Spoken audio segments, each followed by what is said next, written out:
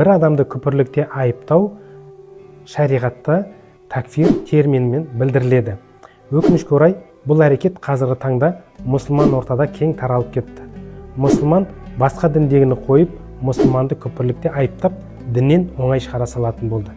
Ал негізінде мұндайға тек мемлекет басшысы тағайындаған шариғат қазысы құқылы. Демек, ел қатарлы азамат, жамағаттың басшысы, тіпті имам мен муфти де бір адамды күпірлікте айыптап, діннен шығара алмайды. Пайғамбарымыз мұндай әрекеттен ешкім бауырына кәпір деп айтпасын, әйтпесе екеуінің бірі кәпір болады деп қатаң түрде тыйым салған. Яғни, айыпталған адам кәпір болмаса, айыптаған адам өзі кәпір болады.